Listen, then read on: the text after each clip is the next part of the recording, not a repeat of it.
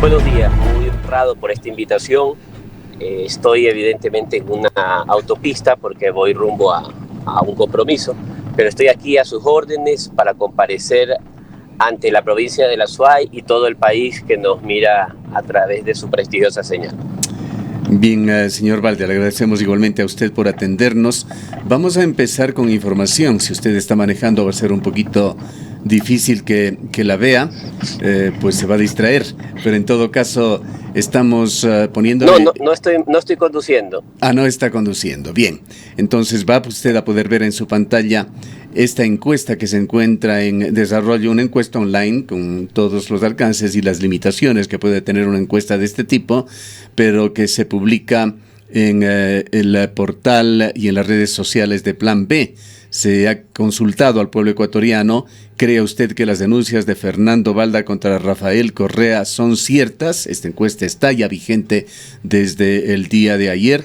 Relata que hay 2.328 puntos hasta el momento, o participaciones hasta el momento, y de estas sí cree en las denuncias un 37,6% y no cree en las denuncias un 62,4%. ¿Qué opina usted sobre estas cifras?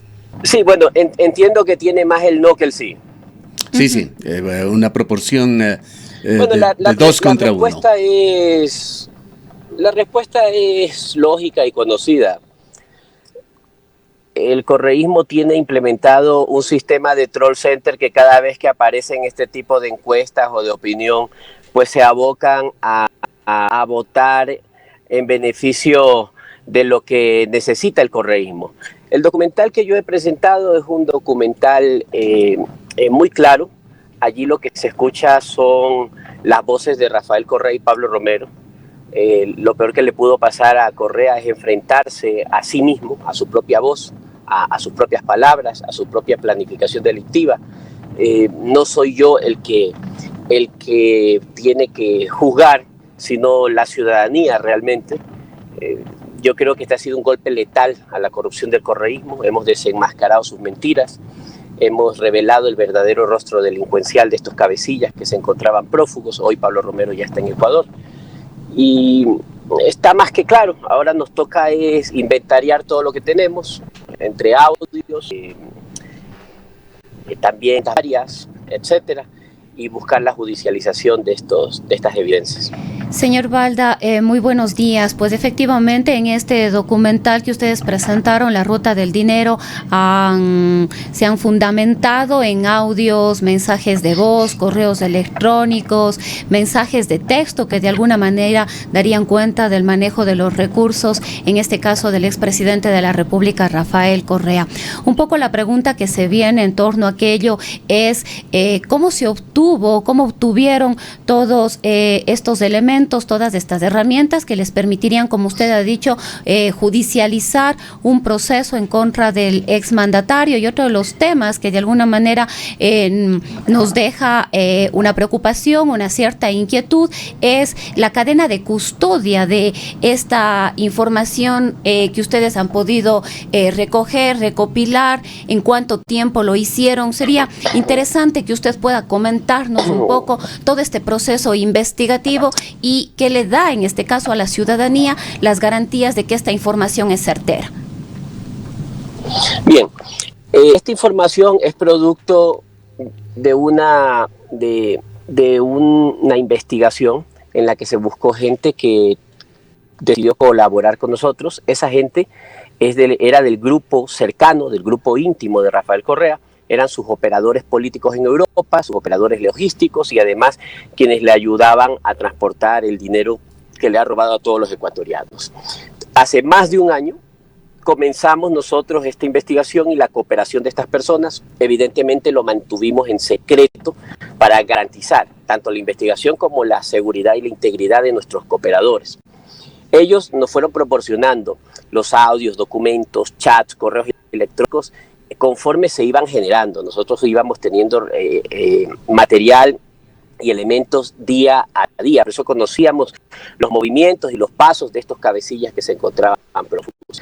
Ahora, en el mes de agosto del año 2019, el año pasado, dentro de estas conversaciones nosotros pudimos evidenciar que había un plan de fuga de Pablo Romero de España, que estaba siendo impulsado logísticamente, organizado logísticamente y financieramente por Rafael Correa. En ese entonces decidimos contactarnos con el Servicio Secreto Español, al que le entregamos todas estas evidencias, y en las reuniones que mantuvimos con ellos se logró determinar que evidentemente el plan de fuga se encontraba en marcha. El Servicio Secreto me supo garantizar, me dijo en aquel momento que esté tranquilo, que ellos no iban a permitir la fuga de Pablo Romero y que lo iban a tener vigilado 24 horas. Asimismo, a Rafael Correa cada vez ingresara a territorio español. De hecho, lo cumplieron porque Pablo Romero nunca logró fugar. Pero al ver que llegó diciembre y nosotros esperábamos que se le quite la medida sustitutiva de presentación periódica, pasando un día que tenía Pablo Romero ante la autoridad judicial, porque recordemos que él fue detenido por Interpol y se encontraba con sustitutiva. Y sabiendo nosotros que ya ese plan de fuga se intensificaba, que ya estaba en sus preparativos finales, decidimos realizar una acción con nuestros amigos eurodiputados, Hernán Terch y Víctor González, y entre otros del grupo de Vox en España. Y como no podíamos revelar lo que teníamos sobre Romero y Correa, entonces lo que se decidió fue sensibilizar a la sociedad española a través del Parlamento y a las autoridades también a través del Parlamento, haciéndoles conocer las relaciones delictivas que había tenido el actual vicepresidente de España, Pablo Iglesias, con Rafael Correa, antes con Maduro, antes Hugo Chávez, Evo Morales, etc. De tal manera que se increpó a estos dos gobernantes, presidente y vicepresidente español, a Pedro Sánchez y a Pablo Iglesias, en el Parlamento, y se les increpó fuertemente sobre estas relaciones, lo cual sensibilizó mucho al territorio español. Mientras eso se hacía, paralelamente en una acción política, de manera confidencial, estos eurodiputados hablaban con el gobierno español y con las autoridades y les decían que, bueno, ¿cómo quieren que se escriba el próximo titular? Dejaron fugar a Pablo Romero sabiendo que estaba organizando esa fuga. Y siendo que le pegó tan duro al gobierno español la revelación del financiamiento de Correa, de Chávez, etcétera, ellos no iban a aguantar otro golpe. Recordemos que Pablo Iglesias es un líder del partido Podemos, cuyo partido ha logrado una escalada de arribismo dentro del sistema político español. Bien, hay dos cosas. Primero, para concluyendo la anterior, con respecto a los audios y a todo este material que hemos obtenido, sí lo podemos judicializar, siempre y cuando nuestras fuentes, las personas que nos los proporcionaron, que son los que intervienen en esas conversaciones, estén dispuestos a venir al Ecuador desde España y Bélgica, donde se encuentran, a cooperar con la justicia. Nosotros estamos en ese proceso de tratar de darles todas las garantías judiciales a través de las instituciones competentes para que ellos puedan venir al Ecuador. En ese momento podremos judicializar todo lo que hemos mostrado en el documental, que hasta el momento, si bien es cierto, no es una verdad procesal dentro de un proceso jurídico, pero sí es una verdad histórica e irrefutable. A mí me importa lo menos cuántos votos puede tener una encuesta donde los trolls, los correístas o los afines a Rafael Correa puedan votar en una página web. ¿Por qué? Porque aquí yo lo que estoy exponiendo es la verdad, su voz y sus palabras, y así gane una encuesta 200.000 veces, lo que se dice en esos audios no podrá ser refutado jamás. Es 100% legal. ¿Qué se escucha en esos audios? A Rafael Correa transportando dinero de forma ilegal. Si los dineros son limpios, si los dineros son obtenidos de forma lícita, entonces ¿por qué los maneja de forma a la sombra? ¿Por qué utiliza cuentas de terceras personas para transportar el dinero? ¿Por qué usa mulas humanas para transportar el dinero? Yo no he sido gobernante, yo no he ocupado un cargo público como lo ocupó Rafael Correa y todos los miembros de su gobierno. Entonces, son ellos los que tienen que responder de dónde sacaron ese dinero y por qué lo manejan de esa forma a la sombra, de forma ilegal. Lo que ellos están haciendo es un manejo ilegal de dinero, de fondos. Además, Rafael Correa y Pablo Romero están en esas conversaciones confesando que están organizando un plan de fuga de una persona, Pablo Romero, que se encontraba con una medida cautelar en territorio español. Es decir, tratando de evadir una orden judicial dada por las autoridades españolas. Y tercero, en otra parte del audio, Rafael Correa confiesa que organizó la operación Guayacán y la declara legítima, totalmente justificada, y siendo él el jefe de Estado, y siendo que esa operación, la Guayacán, fue con la que se inició el proceso para secuestrarme e intentar asesinarme en Colombia, entonces Rafael Correa lo que está haciendo en esos audios es declararse confeso autor intelectual de mi secuestro. Esa verdad histórica, esa verdad dicha por las propias voces, porque uno es dueño de lo que calla pero esclavo de lo que dice, y hay otro axioma popular que dice que el pez muere por su propia boca, son lo que ha revelado y ha desenmascarado a Rafael Correa. El resto, créanme, a mí me tiene sin cuidado. Le hemos ganado en las cortes, estamos ganando hoy en la mente de las personas y estamos revelando al país una verdad sí, que pero necesitaba señor conocer. Balda, perdóneme que insista en esto, sí es importante saber de dónde obtiene usted el financiamiento para financiar su investigación, para poder haberse dedicado, entendemos, a una labor casi a tiempo completo para realizar sus investigaciones. Usted está, quiera o no, en el centro de la política ecuatoriana en este momento, y es muy importante tener transparencia en este tema en Ecuador, pues estamos cansados de ver enormes intereses económicos cruzándose con la política ecuatoriana y el pueblo ecuatoriano siempre en un nivel de verdades a medias o de engaños. Es muy importante este entorno de saber quién es Fernando Balda, representa a sus propios intereses, le auspicia algún partido, movimiento político, dirigentes políticos. Cuéntenos sobre este aspecto, por favor, señor Balda. Por supuesto, yo no tengo nada que ocultar, jamás lo he tenido. Les recuerdo que tuve un gobierno dictatorial tirano en contra, que me quiso asesinar, que me mandó a secuestrar, y que jamás me ha podido acusar o endilgar de tener un solo centavo mal habido. Al contrario, tuvieron que meterme preso por hacer lo que estoy haciendo ahorita, por dar una entrevista en televisión acusándolos de su corrupción. Yo creo que mi familia y yo somos un ejemplo de emprendimiento. Mire que cuando vivíamos en Ecuador antes del exilio, tuvimos que escapar a Colombia. Aquí nos tocó dejar botado todos, llegamos a Colombia, volvimos a levantar. Como en Colombia no sabían que soy un estratega de marketing político, autodidacta, allá no conocían nuestro talento, entonces decidimos con mi esposa ponernos un restaurancito de almuerzos. Con los de descendencia manaba y guayaquileños cocinamos rico, nos fue tan bien, que después el restaurante fue un restaurante gourmet, y de eso vivimos en Colombia. Hemos publicado y he hecho pública fotografías, videos que han salido en documentales, en televisión, aquí en Ecuador, donde se nos ve a mi esposa, a mi suegra y a mí preparando pescado frito en una cocina, preparando un arroz con menestra y chuleta en una cocina y sirviéndole a nuestros comensales. Yo soy un hombre emprendedor. A mí no me da vergüenza ni se me cae nada por servirle un plato de comida a una persona y ganarme así el sustento para mantener a mis hijos.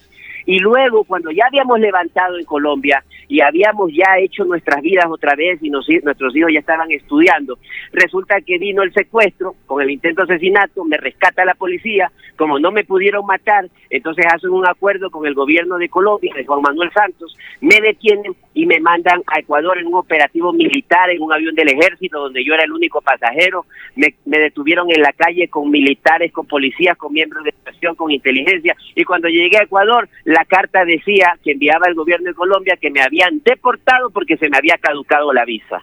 Entonces yo me pregunto a cuánta gente la deportan así porque se le caduca la visa. Cuando llego en Ecuador, me meten preso 2 años, mis hijos no pudieron estudiar porque nosotros no los queríamos mandar al colegio porque teníamos temor de que esta gente le hiciera algo a nuestros hijos para tratar de extorsionarme, que yo me calle y que no impulse el caso secuestro porque sabían lo que iba a suceder.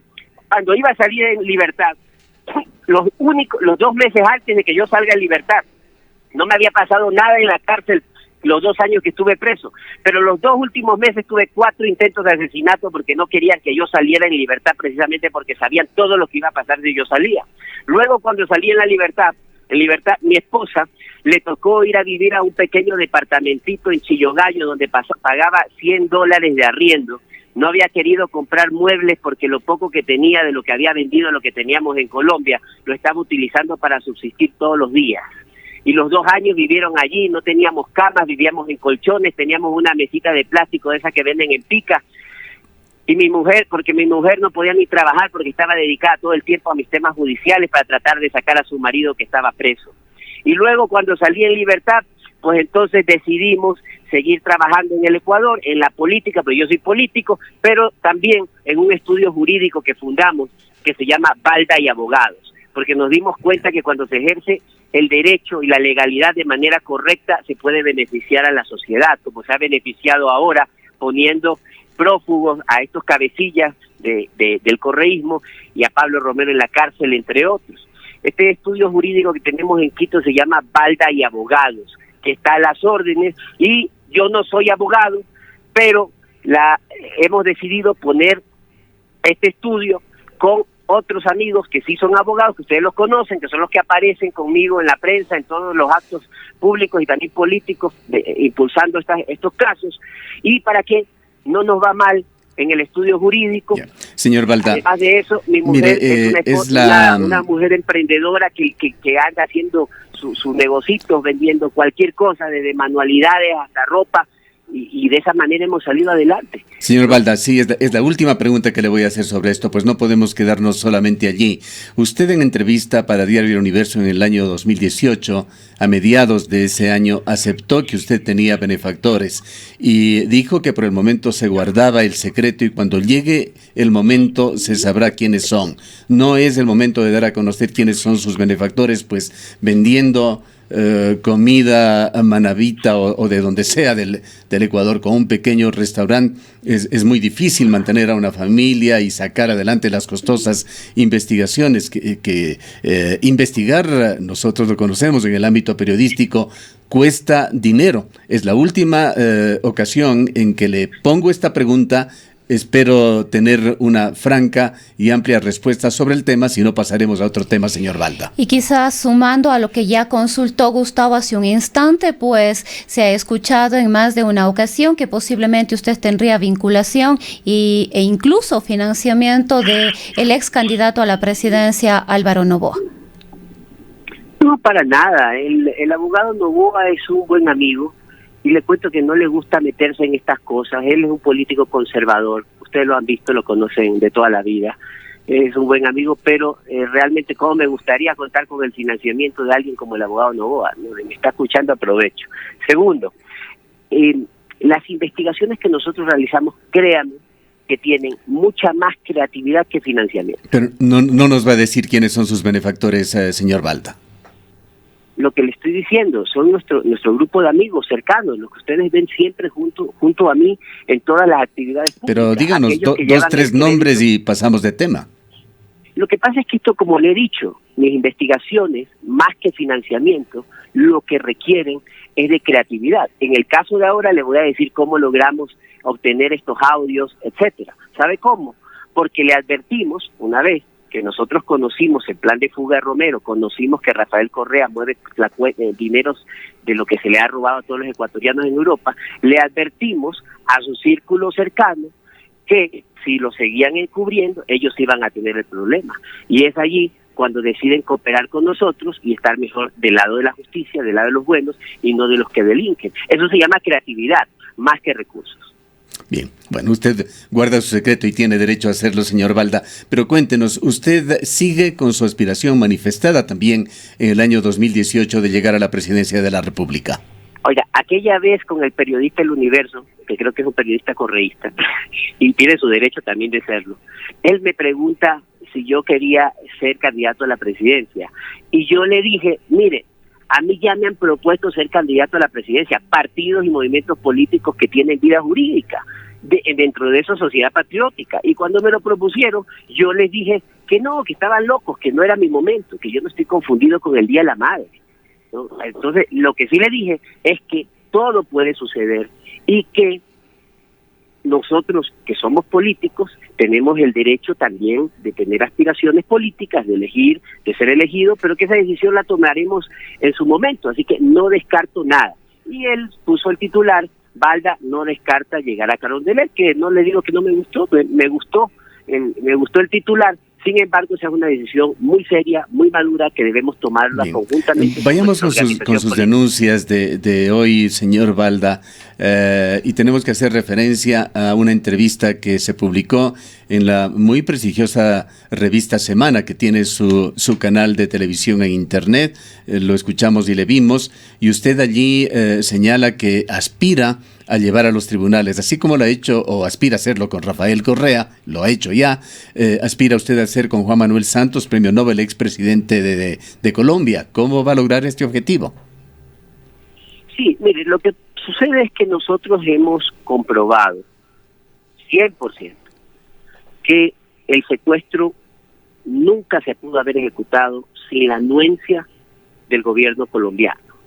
Tanto así es las pruebas que tenemos, que en un video que de las cámaras de seguridad de mi domicilio en Bogotá, en la parte de afuera se ve a los agentes de la DIPOL, de la Dirección de Inteligencia de Policía de Colombia, cooperando con los agentes de Ecuador que fueron a organizar mi secuestro.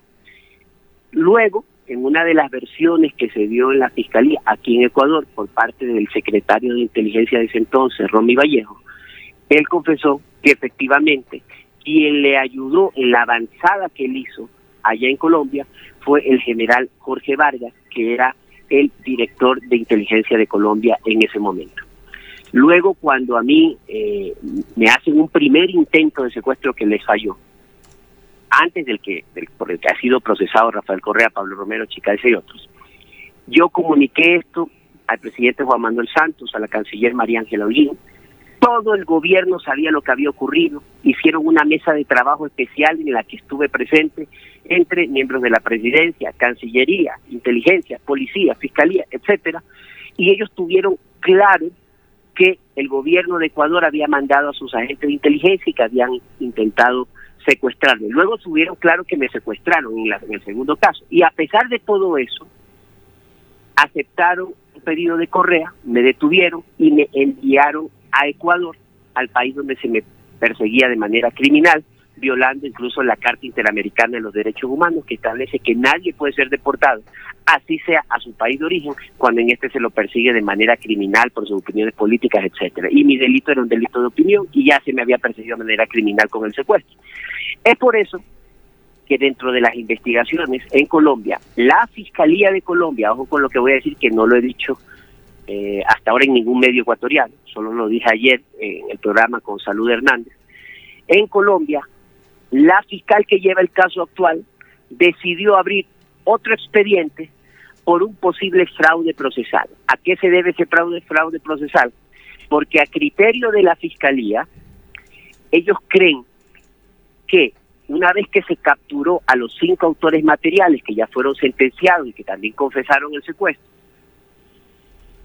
¿por qué no se siguió investigando para ver quiénes estaban arriba de esos autores materiales dentro del territorio colombiano? Y ellos presumen que habían altos miembros del gobierno de Colombia como de la Policía Nacional colombiana. Ese caso está abierto, eso se está investigando y por eso yo he dicho ayer que aquí en Ecuador la justicia avanzó más. En Colombia avanzó primero porque se sentenció a los 5 autores materiales, pero acá llegamos mucho más alto, acá llegamos a los autores intelectuales que evidentemente eran aquellos que tenían el poder político en ese Ahora, momento. señor Balda, también nos gustaría conocer cómo fue su acercamiento o la relación con la Secretaría Nacional Anticorrupción en ese momento, con la titular de este organismo, la ingeniera Dora Ordóñez. Con ella hemos podido dialogar, dice que efectivamente tuvieron una conversación, ella pudo conocer parte de la información que usted y su equipo le habían otorgado. Sin embargo, el actual titular de la Secretaría Nacional Anticorrupción, el señor de la Gasca, afirma que no hay ninguna información, ningún material en torno a este tema y que tampoco desde la Secretaría se ha iniciado o se ha abierto algún expediente al respecto. ¿Cuál era la relación que se dio? ¿Fue la participación de Dora Ordóñez a título personal de ella? ¿La aspiración de ustedes era que la Secretaría precisamente abra un expediente en torno a estas investigaciones que ustedes estaban desarrollando? ¿Qué nos puede comentar usted al respecto?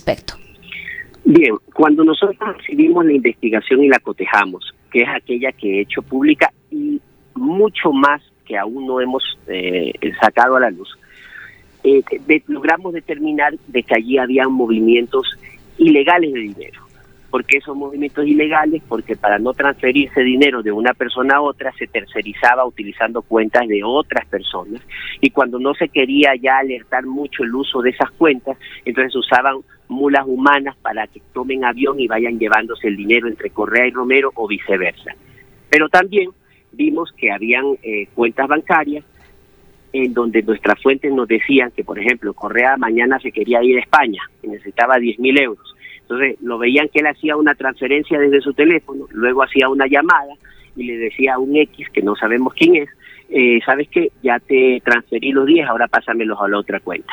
Como ya habíamos entendido el modus operandi de ellos, evidentemente entendemos que lo que hacen ellos es tercerizar para que la cuenta que usan como billetera sea alimentada de la cuenta de un testaferro. Pero lo que se necesita es levantar el sigilo bancario para ver las cuentas de ese testaferro de dónde son alimentadas. También advertimos algo gravísimo, y es que en una de las conversaciones de Pablo Romero, le indica a su interlocutor que le va a hacer un envío de dinero a Correa, primero a la cuenta de la mamá de Nadia. ¿Quién es Nadia? Es la hija de Pablo Romero. La mamá de Nadia, se entiende, fue su anterior conviviente. Pero lo grave es que dice, voy a averiguar con qué nombre tengo que enviarla, porque creo que ella está ya con otro nombre. Eso nos hizo deducir otro modus operandi, que es el de que se suele utilizar por parte de estos bandidos que tienen identidades falsas con las que abren cuentas bancarias con nombres falsos en otros países. Por eso se dificulta la búsqueda de la ruta del dinero. Advirtiendo todo esto, fuimos donde la doctora Ordóñez, cuando ella ejercía el cargo de secretaria de inteligencia, le presentamos toda esta investigación. Ella se quedó muy alarmada y muy interesada en lo que había visto y se empezó a coordinar la ejecución de una agenda que consistía en, primero, revelar el documental, segundo, viajar a España y a Bélgica para solicitar a las autoridades levanten el sigilo bancario de estas cuentas para ir buscando hacia atrás de dónde provienen los fondos con las que las alimentan y cómo mueven estos fondos de manera ilegal. Hasta ahí habíamos hablado y eso estaba coordinado con la doctora Ordóñez. Lamentablemente, de un día a otro, ella salió del cargo y esa operación, ese trabajo, quedó en stand-by o quedó truncado. Luego me he enterado por la prensa que el actual secretario anticorrupción, el señor doctor de la Gasca, si no me equivoco, él ha dicho que dentro de la Secretaría no ha encontrado ningún material que tenga con relación a nuestra investigación. Yo lo que creo que el nuevo secretario debería comunicarle a estas inquietudes que él tiene o solicitar esta información a su anterior, a quien le precedió, a la doctora Ordóñez, para que entre ellos puedan salir de esa duda o de ese inconveniente.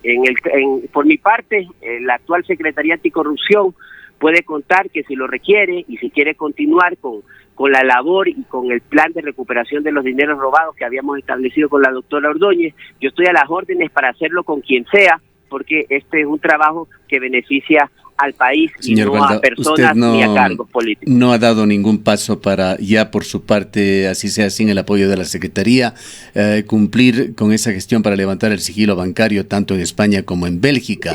Y de una vez le pregunto, ¿ha establecido ya usted interacción con la Fiscalía de Ecuador con respecto a las pruebas contra Correa exhibidas en su documental La Ruta del Dinero y otras evidencias adicionales que dice usted tener? Sí, mire, el tema aquí y el problema es el siguiente. Yo soy un solo hombre, ¿no? Sí, yo soy un solo hombre, soy un investigador, soy un activista político, hago hasta donde mi humanidad, mis capacidades, que son limitadas, evidentemente, me lo permiten. He hecho esto, como le dije hace algún momento, con mucha creatividad obtener esta información, pero ahora ya compete a las autoridades, que son la Fiscalía, la UAF, la Secretaría Anticorrupción, Inteligencia, etcétera, tomar esta investigación y hacer el trabajo interinstitucional, internacional que se necesita, que solo pueden hacer las autoridades. Esa parte no la puedo hacer yo porque yo no soy ni parte del Estado, ni parte del gobierno, ni dirijo ninguna ninguna institución, ni fiscalía, ni nada. ¿Qué sería bueno? ¿Qué sería lo ideal? Que ante cosas como esta, conformemos tal vez, yo que sé, un comité interinstitucional donde tenga parte la Fiscalía General del Estado, la Secretaría Anticorrupción, la UAF, Inteligencia, nuestro cuerpo diplomático, etcétera, para ejecutar una labor de recuperar los dineros robados. No se ha dado ningún paso en este sentido. La Fiscalía no se ha interesado en sus pruebas. Aún no sé si la Fiscalía esté actuando de oficio, que yo creo lo debería hacer y tal vez lo está haciendo. No me quiero arriesgar a decir que no lo está haciendo, pero lo haga o no lo haga de oficio la Fiscalía, nosotros estamos ya perfeccionando un documento, denuncia, para interponer en la Fiscalía y entregar todas las pruebas. ¿Cuándo vas a hacer esto? Cuando tengamos la garantía de que nuestras fuentes pueden ser protegidas. En eso estamos, no puedo contar detalles sobre eso, porque es un tema muy delicado, porque la evidencia que tenemos solamente podrá ser válida, ¿sí?, especialmente los audios, si es que quienes lo grabaron deciden entregarlo formalmente a la Fiscalía. De lo contrario, será, como he dicho, una verdad histórica, pero no procesal. Ahora, señor Balda, usted dice que habría que comprometerles a estas personas. La pregunta es si es que efectivamente estas personas que han colaborado con ustedes, que usted dice se pertenecen al círculo cercano del expresidente de la República, estarían realmente dispuestas a avanzar en este proceso ya en caso de que se llegue a judicializar esta situación, porque como le decía hace un momento, uno de los temas que preocupa y que es uno de los cuestionamientos acá es que todas estas pruebas no han tenido una cadena de custodia que permita que sean efectivas ya dentro de un proceso judicial. Bueno, se divide en varias partes, creo que en dos, básicamente. En el caso de los números de cuenta que tenemos, no se necesita un número, una cadena de custodia, porque basta como noticia criminis, ¿no? Hemos descubierto cuentas y hemos descubierto audios donde se habla cómo se mueve de manera ilegal el dinero a través de esas cuentas. Entonces, eso es lo único que tiene que hacer la Fiscalía ante una evidencia pública y notoria, es iniciar una investigación y pedir se levante el sigilo bancario de esas cuentas en España, en Bélgica, etcétera. Eso sí se puede hacer, pero claro, hay que fortalecer todo este material que puede ser peritado o que periciado, que puede ser materializado con el testimonio de quienes en esos actos de transportación de dinero, en esos actos de una planificación de un plan de fuga, estuvieron presentes, y son aquellos mismos que grabaron los audios, que son los que queremos convencer para que vengan al Ecuador a cooperar con la justicia. ¿Qué alcances tuvo, señor Balda, la reunión de los eurodiputados de Vox con el presidente Lenín Moreno? Así se afirmó, a más de tratar estas supuestas asignaciones al programa Prometeo de las universidades y a la CELAC, al Centro Estratégico Latinoamericano de Geopolítica, se habló del caso y las pruebas en contra del expresidente Rafael Correa. Sí, es que tenemos causas comunes. Pues por eso que los eurodiputados les interesó mucho cuando yo los contacté y hablé con ellos sobre estas evidencias, sobre lo que estaba sucediendo, sobre el plan de fuga, porque ellos paralelamente conocían que durante el gobierno de Rafael Correa se organizó una operación que se llamó Operación Prometeo, con la cual se alimentó las cuentas del partido Podemos de España, liderado por Pablo Iglesias, y con este dinero Pablo Iglesias ejerció su activismo político. Un detalle muy importante, perdón la interrupción, ¿estuvo usted también en esa reunión con Lenín Moreno? No, yo no he estado en esa reunión con el presidente Lenín Moreno, no lo he creído conveniente, porque recordemos, yo no soy gobierno ni tampoco quiero serlo. Los eurodiputados cumplieron esa agenda que por su autoridad de eurodiputados, pues yo creo que lo menos que puede hacer un gobierno es recibir a personajes que ejercen la política internacional también.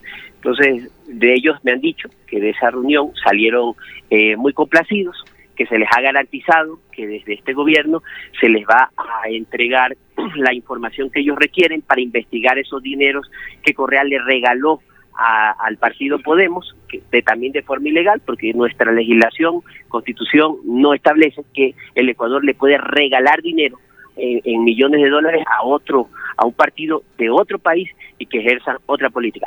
Algo también que a mí me dejó un poco tranquilo es que los eurodiputados le habían dicho al presidente que por el lado del correísmo, etcétera, se había dicho que este gobierno no quería que traigan a Pablo Romero, etcétera, que por eso no se había dado la extradición, y que el presidente les había dicho que al contrario, ¿no? Pablo Romero está aquí también porque la embajada española también hizo su trabajo. Ellos siempre quisieron que venga para que responda, y que según el presidente había dicho no tiene nada que ocultar y que Pablo Romero puede hablar lo que quiera, porque eso va a ayudar a dar un halo de verdad a mi criterio.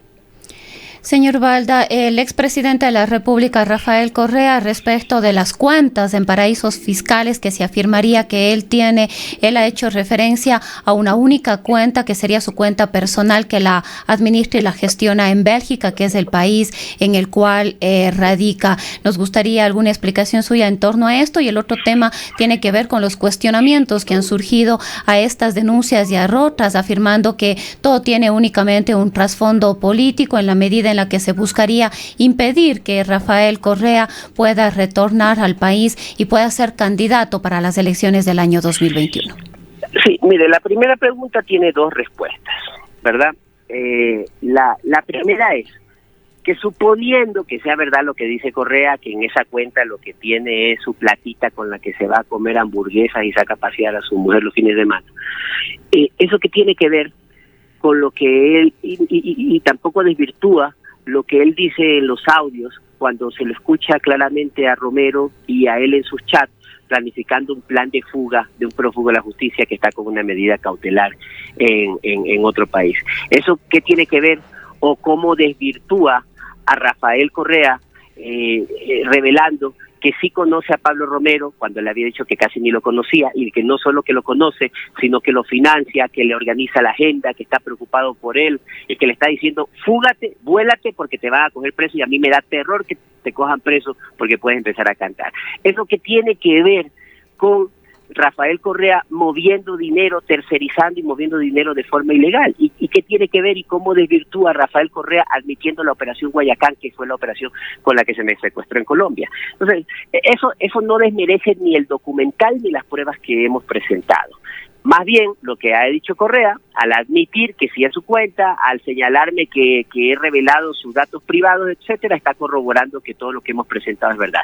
Sobre la cuenta en sí, sobre la cuenta específicamente, el ING es un banco internacional, una empresa multinacional de origen holandés. Esta empresa tiene también agencias en paraísos fiscales, no solamente tiene en Bélgica, tiene en Bélgica, Italia, España, Francia, Holanda, tiene en Aruba, tuvo en Curazao, que son paraísos fiscales reconocidos, y son parte del mismo grupo corporativo, de los mismos dueños, son una sola. La gente que normalmente maneja dineros oscuros, robados, lavado de activos, o que por tal vez su forma financiera de pensar, quieren tener cuentas en paraísos fiscales para no tenerlos a la luz pública, para prever o para proteger sus fortunas, etcétera, tienen cuentas en bancos como este, que les permite tener su cuenta billetera abierta en Bélgica, en Roma, en Italia, en España, en Francia, pero tienen esas cuentas. ¿Por qué? Porque tienen cuentas nodrizas en el mismo banco, pero en los países o en las regiones donde la legislación se considera como paraíso fiscal. Ahora, ¿por qué nosotros sabemos que Correa mueve dinero robado? Porque tenemos también sus conversaciones, tenemos sus chats, en donde se evidencia que no mueve los dineros de forma transparente, sino de forma oscura. Lo que usted ha investigado, señor Balda, ¿le lleva alguna conjetura que le permita configurar o estimar cuáles pueden ser los activos del presidente Correa? ¿Cuánto llegarían del expresidente Correa? Sí, mire, antes de eso, algo que se me escapaba. Revisando, uno de mis abogados, el doctor Lalaleo, Jairo Lalaleo, encuentra artículos muchos en varios medios, y uno en especial de la BBC, en donde ellos han hecho una investigación sobre el banco ING. Entonces se descubre que en ese banco tuvo cuenta hasta el gran gángster mafioso Al Capone, y utilizaban este tipo de bancos, especialmente el ING, para lavar dinero. Ese es un reportaje que lo pueden encontrar googleando, ¿no? Al Capone, ING. Entonces, aquí hay como una coincidencia que nos hace ver que ese tipo de bancos, ese tipo de instituciones financieras son las que utiliza la gente que no quiere que sepa cuánto tiene. Ahora, con respecto a cuánto podría tener Rafael Correa, cuál puede ser su fortuna, etcétera, solamente en el documental nosotros hemos revelado que Correa tiene gastos promedios, entre 60.000 y 80.000 euros. Claro, él dice que hay que creerle que un amigo le regaló 25.000 euros para ayudar a Pablo Romero, que otro amigo le regaló 7.500, que los migrantes le recogieron 18.000 euros. Yo lo que he hecho es exponer la verdad. Es el pueblo ecuatoriano al que le afectaron su bolsillo, robándole la plata, el que tiene que decidir si le cree a Rafael Correa que a él le regalan tanta plata que puede tener gastos de alrededor de 60.000 euros mensuales.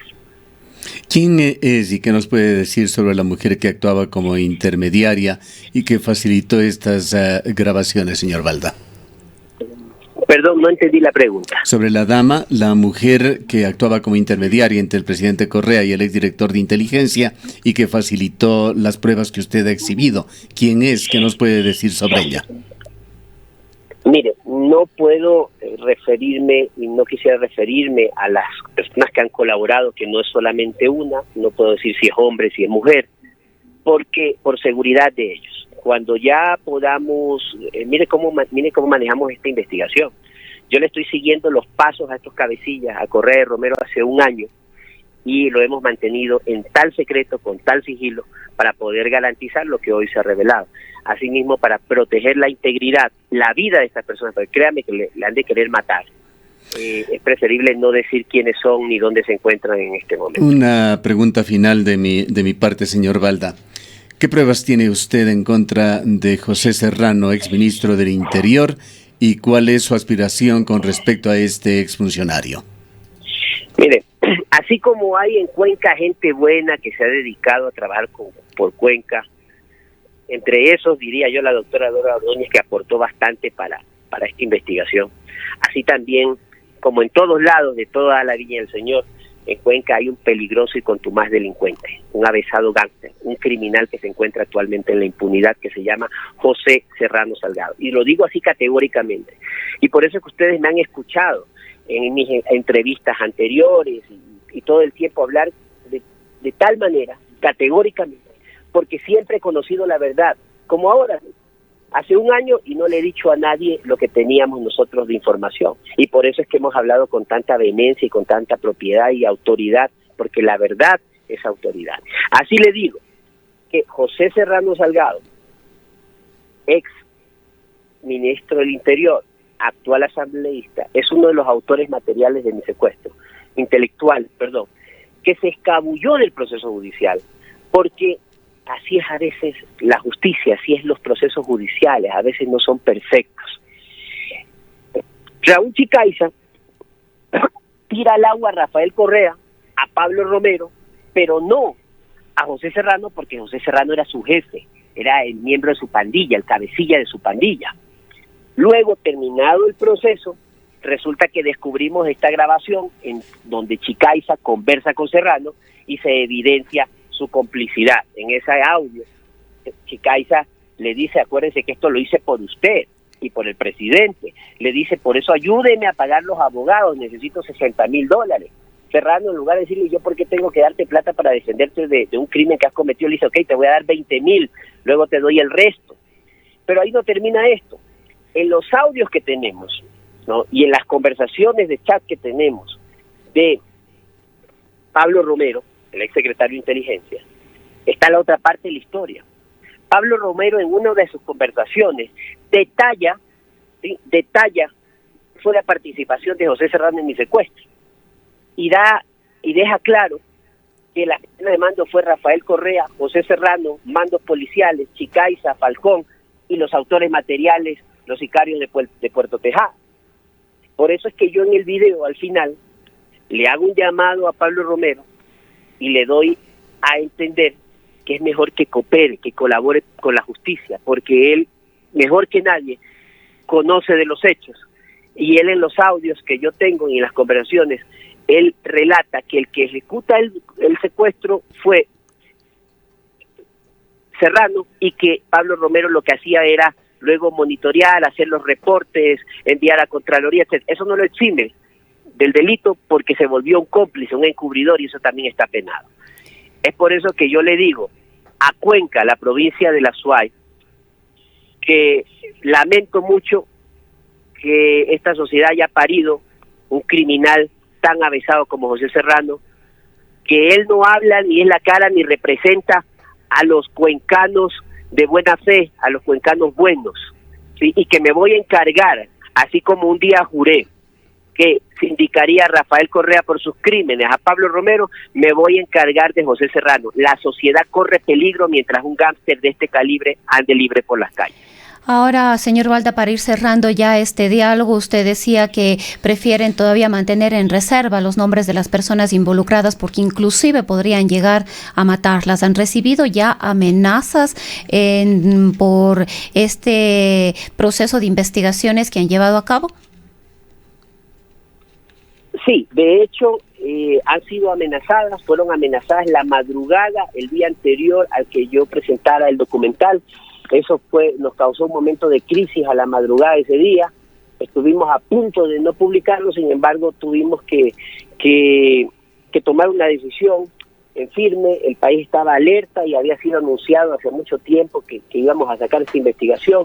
Así que lo que se decidió fue publicarla y en este momento, pues, estamos trabajando ya para tratar de que estas personas puedan tener. Los eurodiputados que regresaron a España lo están haciendo en España, están tratando ya de ver cómo el sistema judicial les da protección y nosotros lo mismo acá en Ecuador. Gracias, señor Balda, por habernos atendido. A ustedes, muy honrado por esta invitación. Declaraciones del señor Fernando Balda, quien recientemente presentó una denuncia, un vídeo denominado La Ruta del Dinero y dedicado a Rafael Correa. Señala en lo más relevante no haber establecido aún ningún nexo con la Fiscalía ecuatoriana sobre esta denuncia.